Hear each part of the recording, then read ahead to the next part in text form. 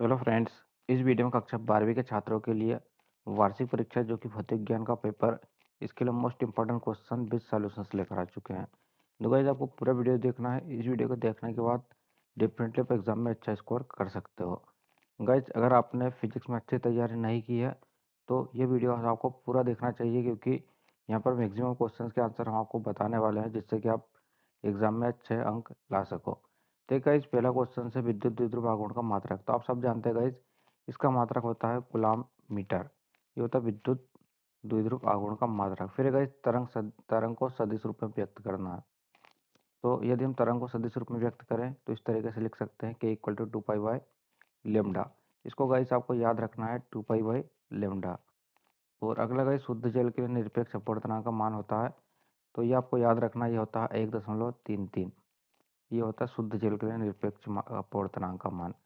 फिर गाइस परमाणु क्रमांक से क्या तात्पर्य है, तो ये रहा इसका सही आंसर, नाभिक में उपस्थित प्रोटॉनों की संख्या।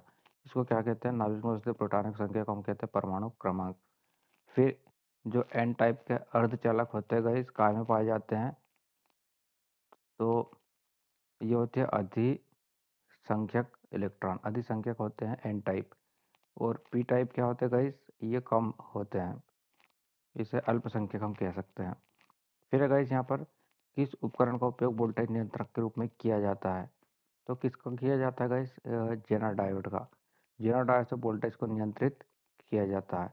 और जो ट्रांसफार्मर होता है गाइस, ये वोल्टेज को बढ़ा देता है या कम कर देता है, तो इस तरीके से आपको याद रखना है। फिर गाइस जो ओमनी प्रतिरोध होता है किसका बना होता है, तो इसके लिए आपको लिखना तांबे का तार का होता है ओमनी प्रतिरोध। तो यहाँ पर आप इसका आंसर लिखिएगा तांबे का तार। फिर गाइस संयुक्त सूक्ष्मदर्शी में नेत्रिका की फोकस दूरी अभिदृश्य की फोकस दूरी से क्या होती है, तो संयुक्त सूक्ष्मदर्शी में अधिक होती है। फिर एक प्रोटॉन में न्यूट्रॉन आवेश एक प्रोटॉन में न्यूनतम आवेश होता है। तो गाइस इसको आपको याद रखना है 1.6 × 10⁻³ कूलाम। फिर है गाइस अगला क्वेश्चन, किसी कुंडली का स्वप्रेरकत्व निर्भर नहीं करता। तो गाइस जो कुंडली होती है इसका स्वप्रेरकत्व कुंडली में प्रवाहित धारा पर निर्भर नहीं करता। फिर है गाइस अगला, ट्रांसफार्मर किस सिद्धांत पर आधारित होता है, तो ये होता है अन्योन्य प्रेरणा पर आधारित। ठीक है गाइस, अन्योन्य प्रेरणा पर आधारित होता है ट्रांसफार्मर। और विद्युत चुंबकीय तरंग उत्पन्न होती है तो त्वरित आवेश से उत्पन्न होती है, आपको ध्यान रखना है। फिर है गाइस जो धारा होती है, धारा का सही मात्रक होता है, तो धारा का सही मात्रक होता है एम्पियर मीटर स्क्वायर। फिर है शुद्ध संधारित्र युक्त प्रत्यावर्ती परिपथ में प्रवाहित धारा एवं आरोपित वोल्टेज के मध्य कालांतर होता है। तो ये आपको ध्यान रखने का, ये होता है पाई/2। फिर भाभा परमाणु अनुसंधान केंद्र कहाँ पर स्थित है, तो यह मुंबई में। फिर जर्मेनियम अर्धचालक में वर्जित ऊर्जा अंतराल होता है। तो गाइस ये जो होता है ऊर्जा अंतराल, ये होता है 0.72 इलेक्ट्रॉन वोल्ट। अगला है, किस उपकरण का उपयोग दृष्टिकारी के रूप में किया जाता है, तो किसका किया जाता है दृष्टिकारी के रूप में, संधि डायोड का। और अगला क्वेश्चन है, दूरदर्शी में नेत्रिका की फोकस दूरी अभिदृश्य की फोकस दूरी से कम होती है। ठीक है गाइस, दूरदर्शी में याद रखना, दूरदर्शी में जो नेत्रिका की फोकस दूरी अभिदृश्य की फोकस दूरी से कम होती है। फिर एक न्यूट्रॉन का द्रव्यमान होता है, तो ये एक न्यूट्रॉन का द्रव्यमान कितना होता है गाइस, ये रहा 1.67 गुणा 10⁻⁻27 kg। अब गाइस आपको रिक्त स्थानों की पूर्ति करना है। तो देखिए धारा का ऐसा ही धारा घनत्व का ऐसा ही पद्धति में मात्रक है। तो इसके लिए आप लिखेंगे एम्पियर मीटर प्रति मीटर स्क्वायर। फिर जो प्रेरण प्रतिघात होती है जिसको हम बोलते हैं एक्सेल का ऐसा ही मात्रक, तो गाइस ये होता है ओम। फिर इलेक्ट्रॉन के विशिष्ट आवेश का मान ऐसा ही पद्धति में, तो ये होता है गाइस 1.67 गुणा 10⁻11 कूलाम प्रति किलोग्राम। फिर हाइड्रोजन परमाणु के अधिकतम अवस्था में इलेक्ट्रॉनों की ऊर्जा, तो ये होती है -13.6। फिर है गाइस सिलिकॉन परमाणु की 72 कक्षा में कितने इलेक्ट्रॉन पाए जाते हैं, तो ये पाए जाते हैं 0.4। फिर सबसे अधिक आवृत्ति की विद्युत चुंबकीय तरंगें, तो ये होती हैं गाइस, ये कौन सी होती हैं, ये होती हैं गामा। तो इसके लिए आपको लिखना है गामा। फिर अगर धारावाही परिनालिका की खालिस्तान की भांति व्यवहार करती है, तो जो धारावाही परिनालिका होती है ये दंड चुंबक की भांति व्यवहार करती है। मीटर सेतु खालिस्तान सिद्धांत पर आधारित है। तो ये गाइस व्हील स्टैंड ब्रिज जो होता है, व्हील स्टैंड सेतु, इसके सिद्धांत पर आधारित होता है। जल के अंदर वायु का बुलबुला खालिस्तान लेंस की भांति व्यवहार करता है, तो अवतल लेंस की भांति व्यवहार करता है। फिर नैंड गेट का बूलियन व्यंजक है, तो गाइस ये आपके सिलेबस से इस वर्ष हटा दिया गया है, तो आप इसको छोड़ दीजिए। फिर आकाश का नीला दिखाई देने का कारण, तो गाइस ये होता है प्रकीर्णन के कारण। फिर है विद्युत परिपथ में वोल्ट मीटर को सदैव तो समांतर क्रम में जोड़ते हैं, यहाँ पर आप लिखिएगा समांतर। फिर है गाइस आदर्श प्रेरकत्व का ओमी प्रतिरोध खालिस्तान होता है, तो आदर्श प्रेरकत्व का ओमी प्रतिरोध शून्य होता है। फिर दिष्ट धारा की आवृत्ति खालिस्तान होती है, तो ये भी होती है शून्य। दिष्ट धारा की जो आवृत्ति होती है ये शून्य होती है, क्योंकि गाइस दिष्ट धारा अ, इसको आपको समझ लेना चाहिए गाइस। जो दिष्ट धारा होती है ये कुछ इस तरीके से चलती है, ठीक है गाइस, इस तरीके से। और जो प्रत्यावर्ती धारा होती है वो कुछ इस तरीके से चलती है, तो ये प्लस माइनस होती है। और जो दृष्टि धारा होती है ये केवल पॉजिटिव ही होती है, तो इसके कारण इसकी जो आवृत्ति होती है ये शून्य होती है। सबसे अधिक आवृत्ति की विद्युत चुंबकीय तरंग, तो ये होती है गाइस गामा किरण। अधिक, जहाँ पर अधिक शब्द आए वहाँ पर आप याद रखिएगा गामा। फिर गाइस प्रकाश तरंगों की आवृत्ति खालिस्तान कोटि की होती है, तो 10⁻14 हर्ट्ज। फिर है प्रकाश का वेग विरल माध्यम से सघन माध्यम में जाने पर कम हो जाता है, विरल से सघन में कम और सघन से विरल में अधिक। फिर अगर चुंबकीय क्षेत्र एक खालिस्तान राशि है, तो ये होती है चुंबकीय क्षेत्र एक सदिश राशि होती है। फिर अगर शंट के उपयोग से धारा मापे की खालिस्तान कम हो जाती है, तो क्या कम हो जाती है? सुग्राहिता। अब गाइस आपको सही जोड़ी बनाना है, तो यहाँ पर देखिएगा आप ध्यान से, हमने यहाँ पर हाईलाइट कर दिया रेड कलर से सही जोड़ी। फिर भी आप इसको ध्यान से देखिएगा गाइस। चालक के अंदर विद्युत क्षेत्र की तीव्रता हमेशा शून्य होती है।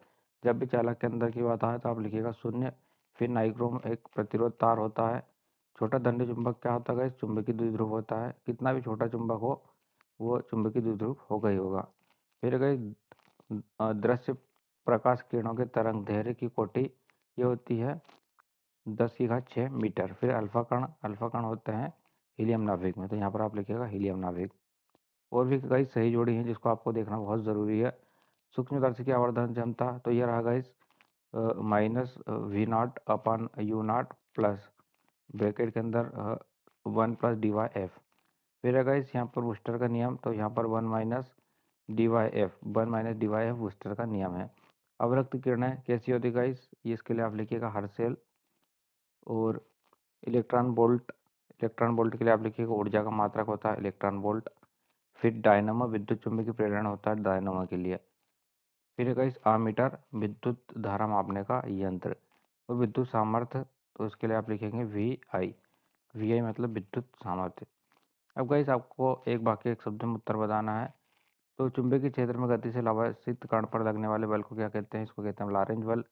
एक संयुक्त सूक्ष्मदर्शी की अवदर्शक की क्षमता 6 है, नेत्रक की आवर्धन क्षमता 5 है, तो कुल आवर्धन क्षमता बताइए।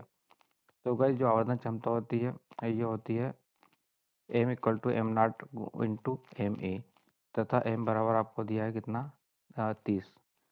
तो यहाँ पर आप लिखिएगा 30, आवर्धन क्षमता हो जाएगी हमारे पास 30। आपको कुल मिला के गाइस 6 का और 5 का गुणा करना है, तो 5 6 हो जाएगा 30। विकिरण की ऊर्जा तथा आवृत्ति में संबंध, तो E बराबर होता है h न्यू। फिर अगर बीटा कण पर उपस्थित आवेश का मान बताइए, तो जो बीटा कण होता है इसके ऊपर उपस्थित आवेश होता है 1.6 × 10⁻⁻19 कूलाम। फिर अगर इस धातुओं के लिए ऊर्जा अंतराल का मान, धातुओं के लिए ऊर्जा अंतराल का मान होता है 0। अगला गाइस यहाँ पर अगला जो क्वेश्चन है, लेंस की फोकस दूरी लेंस की क्षमता पर किस प्रकार प्रभावित करती है? तो गाइस जो लेंस की फोकस दूरी उसकी जो क्षमता होती है इसके व्युत्क्रमानुपाती होती है।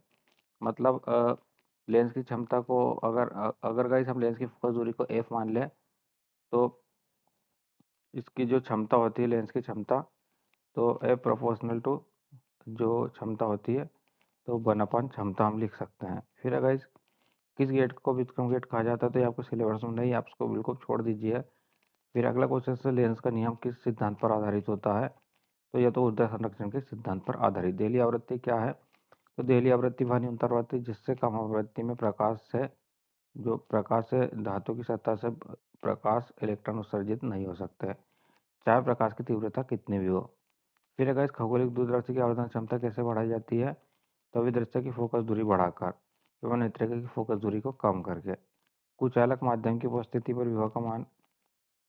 विभव पर क्या प्रभाव पड़ता है, तो चालक का विभव कम हो जाता है। फिर है इस विस्थापन धारा किस कारण उत्पन्न होती है, तो विस्थापन समय के साथ परिवर्तन होने वाले विद्युत क्षेत्र के कारण उत्पन्न होता है।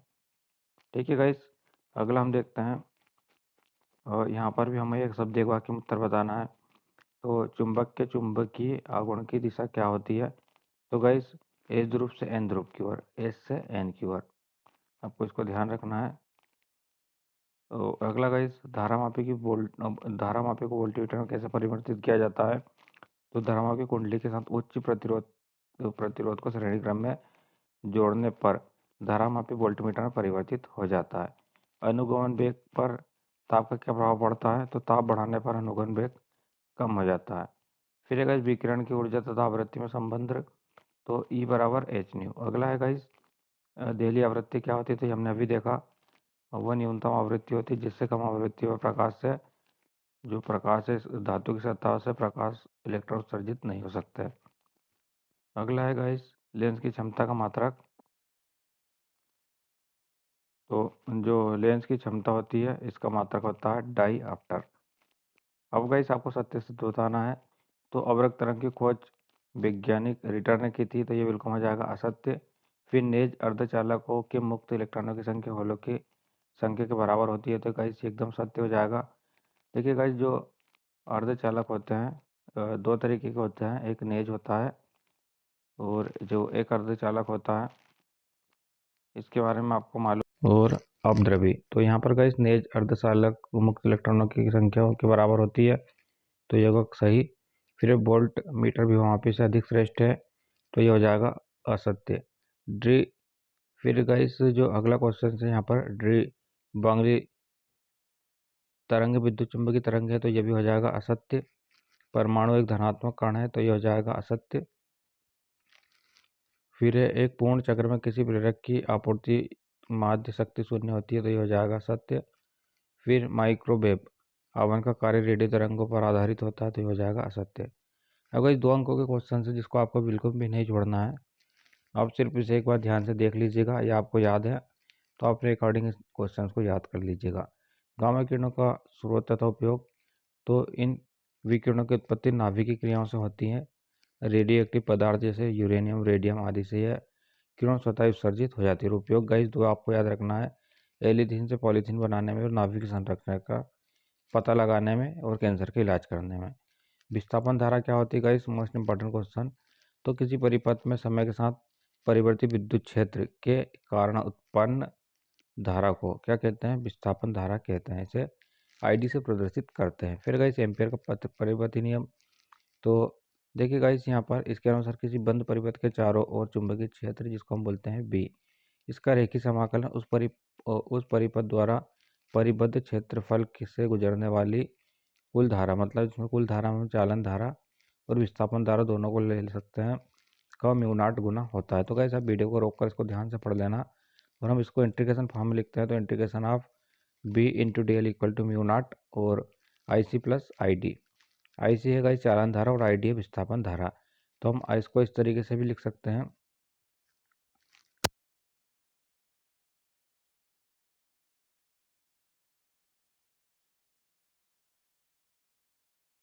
किसे कहते हैं, तो संग्राहक प्लेट पर लगाएगा वह न्यूनतम ऋणात्मक विभव।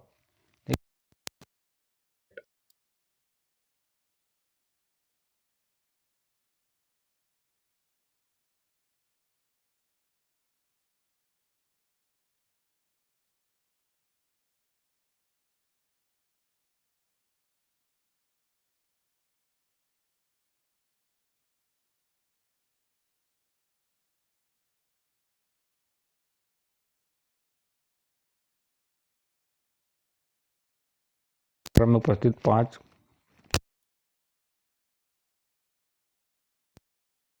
जो स्पेक्ट्रम की श्रेणियाँ, इसको आपको ध्यान रखना है। तो पहली होती लाइमन श्रेणी, दूसरी होती बॉमन श्रेणी, तीसरी होती पाश्चात्य ब्रिकेट और फ्रूट श्रेणियाँ। तो आप इनको ध्यान रख लीजिएगा और आगे आपको देखना है। तो आप इसके बारे में डिटेल में पढ़ सकते हो, बाकी आपको इन श्रेणियों को याद रखना है। अगला गाइस, परमाणु के नाभिक मॉडल की खोज किसने की थी? तो परमाणु के नाभिक मॉडल की खोज की थी लॉर्ड रदरफोर्ड ने, और उनके द्वारा किए गए प्रयोग का नाम लिखिए। तो गाइस यहाँ पर आप देख सकते हैं जो प्रयोग है, लॉर्ड रदरफोर्ड तथा उनके सहायक वैज्ञानिकों ने सन 1911 में गोल्ड की पतली पन्नी, जिसको हम कहते हैं लेड, पर धातु के बक्से में रखे और रेडियोएक्टिव तत्व से प्राप्त तीव्रगामी धन आवेश युक्त अल्फा कणों की बौछार की थी। और उन्होंने बहुत सारी चीज़ें देखी थी उसमें कि कुछ कण नाभिक के केंद्र से निकल जाते हैं, कुछ दूर से निकल जाते हैं, कुछ तिरछे निकल जाते हैं। तो आप इस तरीके से इसको देख सकते हैं। ओम के नियम की 2 सीमाएं लिखना है। तो देखिएगा, इस ओम के नियम की सीमा है यहाँ पर। ओम का नियम एक तरफा विद्युत तत्वों के लिए लागू नहीं होता। उदाहरण के लिए डायोड और ट्रांजिस्टर, क्योंकि दोनों ही करंट को केवल एक ही दिशा में प्रवाहित होने की अनुमति देते हैं। और दूसरा है, ओम का नियम गैर रैखिक तत्वों पर लागू नहीं होता, जिसमें समय जैसे पैरामीटर होते हैं, वोल्टेज और करंट नियंत्रक समय नहीं होता। किरचॉफ का वोल्टता का नियम गाइस, तो देखिए गाइस, किसी घेरा या किसी लूप के परितः सभी विभवांतरों का बीजगणितीय योग शून्य होता है। ये आपको इतना ध्यान रखना है, किसी घेरा या लूप के सभी विभवांतरों का बीजगणितीय योग शून्य होता है। ठीक है गाइस। और लॉरेंज बल, तो जब कोई आवेशित कण चुंबकीय क्षेत्र में गति करता है तो उस आवेशित कण पर एक बल कार्य करता है, जिसको क्या कहते हैं? जिसको हम कहते हैं लॉरेंज बल। फिर गाइस, एम्पियर का परिपथी नियम, तो ये हमने पहले भी देख चुके हैं और यहाँ पर आगे और देख लीजिएगा। एक एम्पियर विद्युत धारा वह धारा जो निर्वात में परस्पर 1 मीटर की दूरी पर स्थित दो ऋजु रेखी मतलब सीधी रेखा लंबे व समांतर तारों में प्रवाहित होने पर तार के प्रति मीटर लंबाई पर 2.10 न्यूटन बल उत्पन्न करती है। फिर है गाइस अगला क्वेश्चन, एक पारदर्शक माध्यम का ध्रुवण कोण 30 अंश का है, तो अपवर्तन कोण का मान ज्ञात कीजिए। तो यह रहा गाइस, देखिए हमको अपवर्तन कोण का मान निकालना है, तो यह जाएगा 60 डिग्री। ठीक है गाइस, कैसे आएगा यहाँ पर आप हमने इसको एक्सप्लेन कर दिया, आप इसको देख सकते हैं। यहाँ पर जो अध्रुवित प्रकाश है और ध्रुवित प्रकाश है, तो यहाँ पर गाइस आईपी और हमने इसको आईपी, इसको हमने कोण आई और कोण आईपी से इसको दर्शा दिया है। ध्रुवण के लिए हमने इसको आईपी कह दिया है। तो देखिए गाइस, जब हम इनको जोड़ेंगे तीनों कोणों को, तो इसका जो योग आता है वो होता है 180। 2 कोणों का मान हमें दिया हुआ है गाइस, तो हम उसकी सहायता से तीसरे कोण का मान निकाल सकते हैं। तो यहाँ पर आर बराबर आ जाएगा 60 डिग्री। फिर एक सूक्ष्मदर्शी के विदृश्यक का व्यास 1 मीटर है। प्रकाश की तरंग दैर्घ्य 4538 एंगस्ट्रॉम के लिए विभेदन क्षमता ज्ञात करना। तो यह रहेगा, इस आपको इस सूत्र को याद रखना सूक्ष्मदर्शी विभेदन क्षमता का, और यहाँ पर आपको इसका मान रखना है। तो यह जाएगा विद्युत चुंबकीय प्रेरण के फैराडे का दूसरा नियम। तो यह रहेगा दूसरा नियम फैराडे का। फैराडे के द्वितीय नियम के अनुसार जब परिपथ में प्रेरित विद्युत वाहक बल का परिणाम उस परिपथ में संबद्ध चुंबकीय फ्लक्स के परिवर्तन की दर के अनुक्रमानुपाती होता है। फिर अगर स्वाप्रेरकत्व और अन्य प्रेरण में अंतर लिखना है, तो आप वीडियो को रोककर इसको पढ़ लेना। 2 लाइन का आंसर है, इसको अच्छे से कर लीजिएगा। फिर सिद्धि कीजिए कि विद्युत क्षेत्र के किसी समांतर पृष्ठ से गुजरने वाला विद्युत फ्लक्स का मान 0 होता है। तो यह रहा गाइस, यहाँ पर आपको इस तरीके से चित्र बनाकर इसको समझाना है। ठीक है गाइस, तो यहाँ पर आप चित्र को ध्यान से देख लीजिएगा। और यहाँ पर ये रहा। ठीक है गाइस, अगला है किसी आवेशित चालक के अंदर विद्युत क्षेत्र में विद्युत विभव को स्पष्ट करो। तो ये रहा गाइस, वीडियो को रोक कर देख लें। खतरे का सिग्नल लाल रंग का क्यों होता है गाइस? तो इसका जो तरंग दैर्घ्य होता है या इसका जो प्रकीर्णन कम होता है, मतलब ये लंबी दूरी तक चला जाता है, प्रकीर्णित नहीं होता लाल रंग। और आप इसको ध्यान से एक बार देख लीजिएगा। किसी माध्यम का अपवर्तनांक कौन से कारकों पर निर्भर करता है? तो यह रहा गाइस, माध्यम की प्रकृति पर और भौतिक स्थिति, इस पर दोनों पर निर्भर करता है। वीडियो को देख लीजिएगा ध्यान से। अगला गाइस, निरोधी विभव किससे कहते हैं? तो यह रहा इसका आंसर, इसको ध्यान से देख लीजिए। जब तरंगों के 2 गुण लिखना है, तो यह रहेगा इस दो गुण विद्युत चुंबकीय तरंग नहीं होती हैं और यह वस्तु के आवेश पर निर्भर नहीं करती है। ठीक है गाइस। और यहाँ पर एन टाइप जो एन प्रकार के अर्धचालक और पी प्रकार के अर्धचालक, इसके बीच में अंतर आपको बहुत अच्छे से कर लेना है। तो आप वीडियो को रोक लो और यहाँ पर इस अंतर को ध्यान से याद ज़रूर कर लेना या इसको ध्यान से समझ लेना। ठीक है गाइस। अगला है न्यूमेरिकल है गाइस। प्रतिरोध तापमापी का 0 डिग्री सेल्सियस पर प्रतिरोध 6 है, 100 डिग्री सेल्सियस पर प्रतिरोध 7 है, अज्ञात ताप पर प्रतिरोध का मान 8 है। तो अज्ञात ताप की गणना कीजिए। तो देखिए गाइस 0 डिग्री पर 0 से हमने कितना कर दिया, 100 कर दिया। तो 0 डिग्री पर कितना था गाइस, 0 पर था 6, तो हमने नीचे लिखा 6, और 100 पर 7 था तो यहाँ पर हम लिखेंगे 7।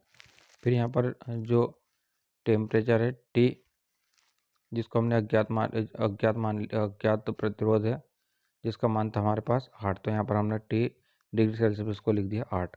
तो ये सूत्र होता है guys RT equal to 80 plus bracket के अंदर 1 plus alpha into delta T. तो इस तरीके से आपको अल्फ़ा का मान निकालना है।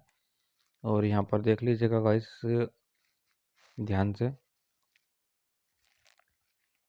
अल्फ़ा का मान निकाल के हमको पुट करना है यहाँ पर।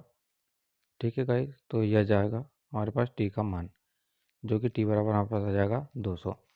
फिर गाइस चालक के प्रतिरोध में विशिष्ट प्रतिरोध में अंतर, या वीडियो को रोककर ध्यान से कर लीजिएगा। अगला मीटर सेतु का नामांकित चित्र आप ध्यान से बना लीजिएगा। कुछ इस तरीके से होता है मीटर सेतु। फिर अगर इस पूर्ण आंतरिक परावर्तन के लिए शर्तें, तो आप इसको ध्यान से पढ़ लीजिएगा वीडियो को रोककर। और संपर्क में रखे पतले लेंस की फोकस दूरी के लिए व्यंजक, तो ये रहा इस व्यंजक पर आप अपने अकॉर्डिंग जैसा आपको आता है वैसा कीजिएगा, तो ज़्यादा आपके लिए बेनिफिशियल रहेगा।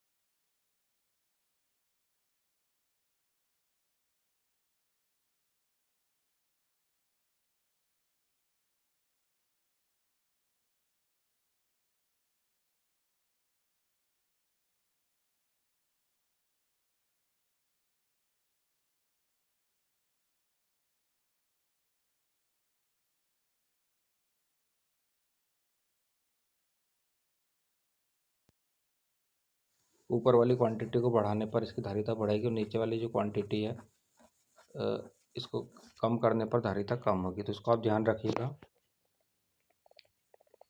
विद्युत भाग वाले में विभवांतर में 3 अंतर, बिल्कुल आप इसको रट लीजिएगा, कहीं ध्यान से पढ़ लीजिएगा। और अगला प्रतिरोध और विशिष्ट प्रतिरोध में अंतर, आप इसको ध्यान से देख लेना। फिर यहाँ पर का इस किसी विद्युत परिपथ में R1 व R2 समांतर क्रम में जुड़े होने पर सिद्ध कीजिए कि तुल्य प्रतिरोध R1 R2 अपन R1 प्लस R2। तो यह रहा इसका सॉल्यूशंस। 4 लाइन का सॉल्यूशन है, ध्यान से देख लीजिएगा आप इसको। और किसी शेल के विद्युत भाग बल विभवांतर और आंतरिक प्रतिरोध में संबंध स्थापित करना है। तो इस तरीके से डायग्राम बनाइएगा गाइस, और ये रहा संबंध। तो आपने जैसा तैयार किया आप उसको वैसे ही तैयार करें, इसमें क्वेश्चन को आप ध्यान रखें। फिर गाइस मीटर सेतु का नामांकित चित्र हमने बना दिया इस तरीके से। फिर अगला गाइस सरल सूक्ष्मदर्शी और खगोलीय सूक्ष्मदर्शी में अंतर। तो ये रहेगा इस अंतर यहाँ पर, तो आप इसको ध्यान से देख लीजिएगा। और दो पतले उत्तल लेंस के परस्पर जो पतले उत्तल लेंस होते हैं गाइस, इसकी फोकस दूरी के लिए आपको सूत्र निकालना है। तो ए बराबर F1 F2 अपन F1 प्लस F2, ये आपको प्रूफ करना है। तो ये रहा गाइस, देखिए हमने आपके लिए कितना छोटा कर दिया गाइस। यहाँ पर F1 F2 ले लिया, और लेंस क्षमता P बराबर होती है 1/F। P1 बराबर 1/F1 और P2 बराबर 1/F2। संयुक्त क्षमता के लिए P equal to P1 P2 कर दिया हमने, और इनको जोड़ के एलसीएम निकाल के हमने इसको सॉल्व कर दिया है। ठीक है गाइस, अब ये न्यूमेरिकल है, इसको आप देख लेना ध्यान से। वीडियो को या तो आप रोक लीजिएगा गाइस और इसको ध्यान से देख लीजिएगा। बस 2 लाइन का है, ज़्यादा इसके अंदर कुछ है नहीं गाइस, और उसको देख लीजिएगा।